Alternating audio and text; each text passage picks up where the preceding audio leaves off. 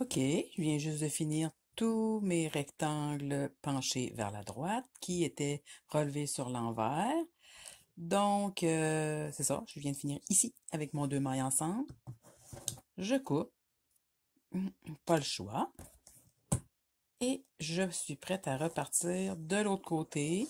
Dans le cas de travail en Magic Loop, même pas besoin de changer les câbles. J'ai rien qu'à partir directement ici. Maintenant, on va partir de notre autre série de rectangles.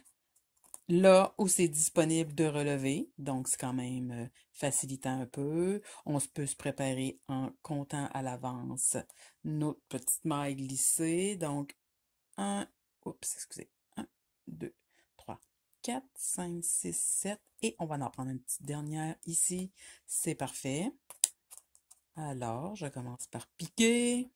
Je vais chercher ma nouvelle laine.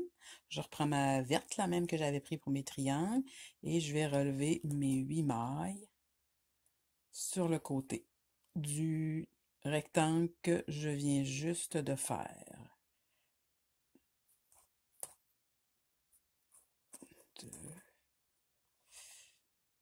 Fait que ça, c'est là, pour ces rectangles-là, on les prend en piquant. Bref, on relève sur l'endroit, comme on a l'habitude de faire toujours. Rien de bien spécial. C'était sur l'autre rangée, parce qu'on parle de rangée de petits modules qu'on avait à relever en vert. J'ai tout fini de relever. Je tourne de l'autre côté pour faire un rang. M'arranger sur l'envers. Oups. Glisse la première, tricote les 7 autres.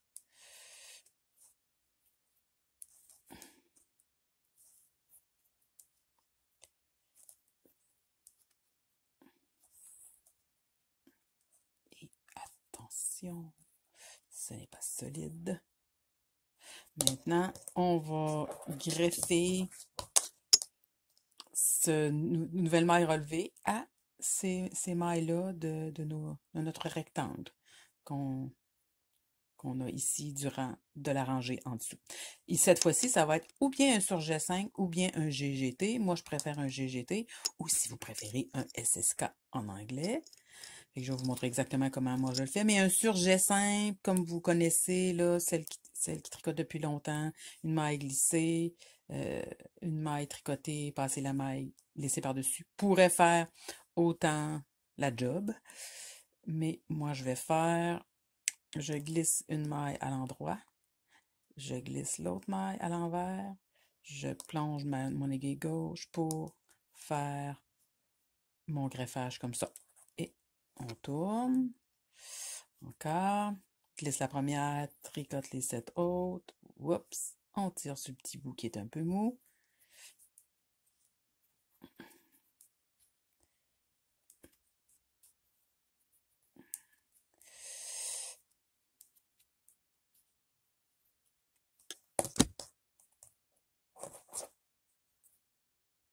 Et je vous le montre une dernière fois. Vous comprenez, en fait, c'est le même principe, là, sauf qu'au lieu d'avoir relevé en vert, j'ai relevé en droit. Au lieu de faire 2 mailles ensemble en vert, je fais un GGT ou un SSK, c'est pour l'abréviation anglaise, ou même un surjet simple pourrait faire tout aussi bien. Voilà. Je sais que ça va plus vite pour moi. Un GGT. Et on continue d'aller chercher une maille à la fois des rectangles de la rangée précédente jusqu'à temps qu'on se rende au bout. Et après, on va relever pour un autre petit module. OK, je suis sur le point de terminer mon premier rectangle vert dont les mailles ont été relevées en droit et qui est joint par un SSK ou un surjet simple au rectangle du rang précédent. Et je vais partir le deuxième devant vous. Et tiens, je ne mettrai pas de marqueur. Parce que moi, bien sûr, quand je le fais, d'habitude, je n'utilise pas de marqueur. Moi, c'est un petit truc que je vous ai donné. Parce que des fois, j'ai vu qu'au début, les gens, ils sont un petit peu mêlés dans les entrelacs, à savoir comment, bref, où aller, ne pas revenir sur les mêmes mailles, bref. Alors, je relève. Ça, c'est pour mon deuxième module. Mes 8 mailles. 2, 3, 4, 5, 6,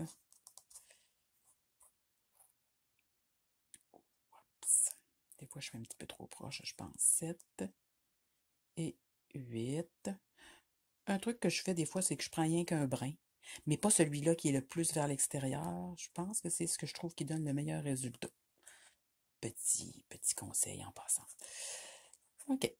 Et ensuite, je pars de l'autre côté, glisse, tricote, sans greffer à rien. C'est là que je pourrais me tromper, justement. J'ai pas mis de marqueur. Je pourrais être tentée de greffer ici, mais c'est quand même assez facile quand on utilise deux couleurs différentes. On ne sera pas porté à se mêler parce qu'on sait que si je veux greffer, ben, il doit y avoir une maille de chaque couleur. 8. Fait que j'aurais pas pu greffer à celle-là, là, deux mailles de la même couleur. Non, non, non, ça se peut pas. Ce que vous saurez pas si vous prenez la même couleur ou la même laine, là, même si elle a des dégradés. Ah, voyons. J'ai comme perdu un petit peu mon loop. C'est pas grave. Et là, on glisse jusqu'à temps qu'il me reste rien qu'une maille dans cette couleur-là.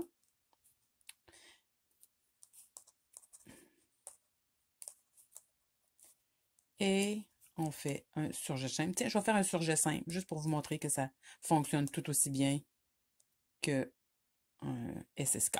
Voilà. Et on continue en tournant et on va les greffer en allant chercher une maille de chaque. Et voilà, je viens de finir ma rangée 3. Rangée 1, c'était les triangles. 2, c'était un rectangle vers la droite. Et 3, c'était un rectangle vers la gauche. Maintenant, vous comprenez que vous répétez sans arrêt les rectangles, les rangées 2 et 3, les rectangles jusqu'à la hauteur désirée. Tout ce qui vous manquera, c'est apprendre comment rabattre dans cette technique particulière. Un autre petit truc que je vous donne, étant donné que je suis obligée de couper ma laine, en particulier dans les entrelacs en rond, ici, j'ai pensé que c'était mieux, à chaque fois que je finissais et que je coupais, de prendre une aiguille à laine et de venir faire un petit point d'arrêt ici, comme ça. Comme ça va être plus solide, tout simplement, et j'aurai pas le petit bout mou que vous avez vu tantôt quand je faisais les démonstrations. Ainsi, c'est comme il est solide, je suis bien correct. Et que là, tout ce qui me reste à faire maintenant ici, c'est de repartir pour relever des mailles, pour faire une rangée 2 ici, comme ça, sur l'envers. Je vais faire une petite démonstration de comment je fais les entrelacs. D'abord à la continentale parce que je tiens avec la main gauche et ensuite, au lieu de tourner et de faire les rangs envers, je tricote à reculons. Vous allez voir. Fait que là, ça c'est normal, je tricote sur l'endroit, mais bon, j'utilise ma main gauche. Vous allez voir pourquoi, parce que j'ai plus de facilité à tricoter le reculon avec, avec la main gauche. J'ai essayé des deux façons et c'est la main gauche. Et là, au lieu de tourner, je vais dans l'autre sens. Alors, je glisse la première maille et je tricote. Je dois aller porter ma laine, par exemple. C'est pas comme... oups. Comme ça. Et je vais porter ma laine. Je suis pas hyper rapide. Tant mieux, ça vous donne l'occasion de voir comment je fonctionne. Mais ça remplace le fait de tourner mon travail et de tricoter à l'envers. Avoir à tourner pour 8 mailles ou 6, même des fois à chaque fois, ça peut devenir un petit peu lassant. Alors, tout d'un coup, ça donne une bonne motivation d'apprendre à tricoter à reculons. Finalement, ça se trouve être comme si je tricotais en droit droitier, puis en droit gaucher.